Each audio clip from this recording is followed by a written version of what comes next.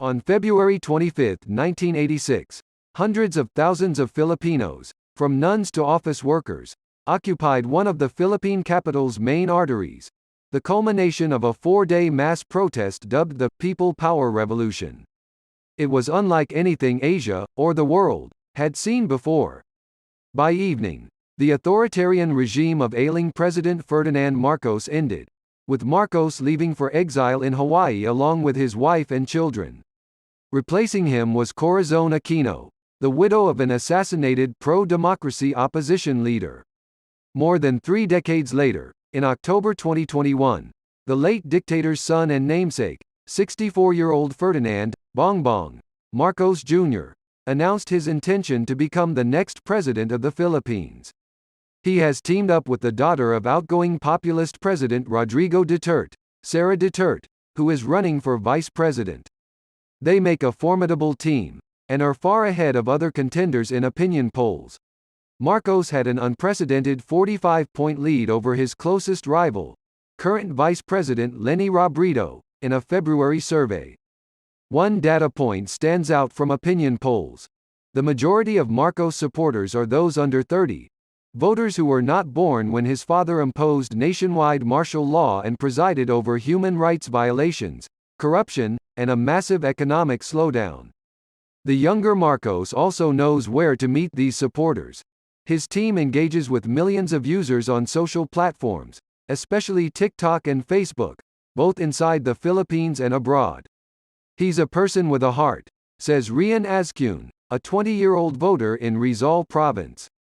In all of his campaigns and rallies he never really intended to make fun of others, or he never maligned anyone.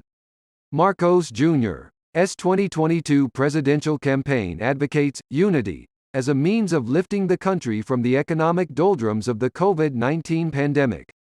Despite this message, he has become the most divisive candidate in the race.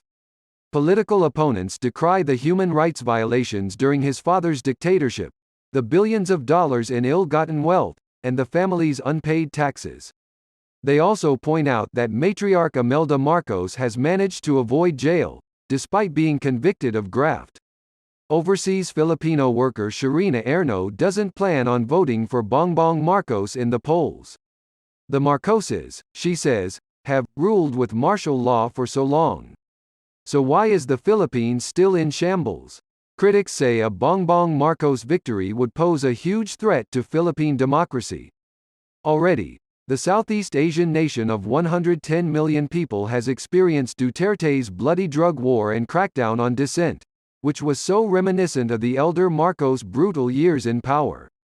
But for those who did not experience his father's regime, the younger Marcos appears to offer a refreshing choice, especially after preceding presidents failed to solve the grinding poverty, weak infrastructure, and deep-seated corruption that dominate the daily lives of so many Filipinos.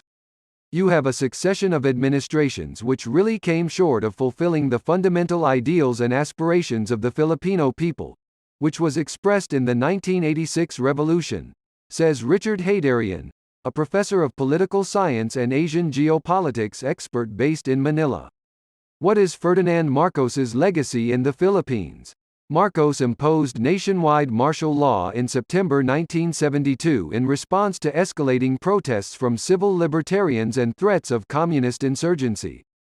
Data from Amnesty International shows that while Marcos was in power, around 70,000 enemies of the state were detained, some 34,000 of them tortured, and more than 3,000 killed. Independent media outlets were also shut down. The repression lasted for 9 years. His loyalists say the period was a golden age of development.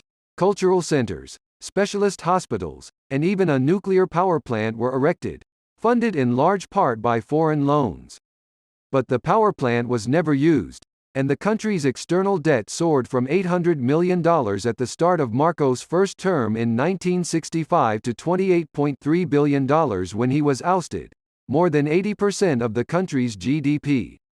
In 1984, the Philippine GDP shrank by a record 7%, the worst contraction since World War II. Crony capitalism, in which Marcos favored the business interests of friends and relatives, was blamed. The Marcos family was also accused of stealing up to $10 billion from state coffers, a claim they have repeatedly denied even though authorities already have recovered around $3.3 billion in unexplained wealth. Why is Bongbong Marcos so popular? Marcos Jr.'s opponents repeatedly bring up his father's legacy, but experts say that is backfiring. Many people are voting for Marcos, not because they like Marcos more. They just don't like being told and being treated as bad people, says Antonio Contreras, a political analyst in Manila. No one likes that. Voters have been swayed by his decision to stay out of the mudslinging, and they approve of his promise to unite the country while continuing with the legacy of Rodrigo Duterte. A great leader doesn't need to influence someone with hate, says 20-year-old voter Azcune. This positive messaging extends to Marcos' social media platforms, where political content is interspersed with lighthearted family vlogs. He has over 1.2 million followers on TikTok, around 2 million subscribers on YouTube, and another 5.3 million followers on Facebook. Fatima Gaw, assistant professor of communication research at the University of the Philippines, says it's almost impossible to distinguish between propaganda and genuine support on such platforms. Marcos Jr. also benefits from an existing power base in the northern provinces, in a country where politics is inherently dynastic. He entered politics for the first time in his home province of Ilocos Norte in 1981, as a 23-year-old vice-governor. The Marcos family returned from exile in 1991 and began to astutely revamp its image. Bongbong Marcos became a senator in 2010, and ran for vice president in 2016, albeit unsuccessfully. Throughout his time in public life, he has refused to apologize for rights violations and corruption during his father's reign, saying that history should be left to the professors. But educators have shirked the task. A recent study also found as few as 6% of pages in select 5th and 6th grade Philippine public school textbooks were allotted to the Marcos dictatorship. The education system did not teach the martial law experience properly, historically, so that means that voters born after 1986 can easily be convinced that all of that was not true. Or at the very least, that it's not important, says Antonio Lavina, former dean of the Ateneo School of Government. With more than half of voters aged between 18 and 41, the effect is significant. The Philippines has also failed to hold members of the Marcos family accountable for their crimes. Matriarch Imelda is still free. Bongbong Marcos himself, who was convicted for tax evasion in 1997, did not go to jail for it after an appeals court modified the ruling.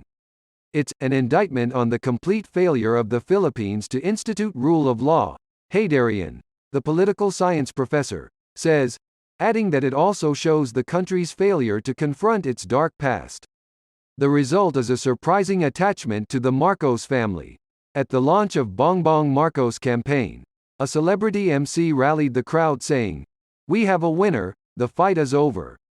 The love for Ferdinand Marcos Sr. is alive. Is a Bongbong Marcos victory a threat to democracy? For sociologist Nicole Carato, the coming election is nothing less than a battle for the nation's narrative.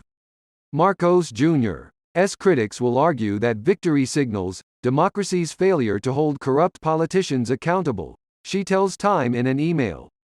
His supporters will say that Marcos Jr.'s presidency will signal the country's democracy is moving forward and looking to the future. Whether or not Bongbong Marcos will be like his father if he is elected president, meanwhile, remains to be seen, but experts agree that he's likely not to follow his father's strongman footsteps.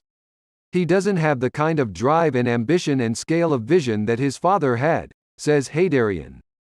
And so I doubt the Philippines will move towards a 20th century style dictatorship. I think that is kind of passé. But at the very least a Bongbong Marcos presidency will signal that the country's problem with dynastic politics is worse than ever. This is like just cementing the ruling class, Lavina, the former dean of the Ateneo School of Government, says.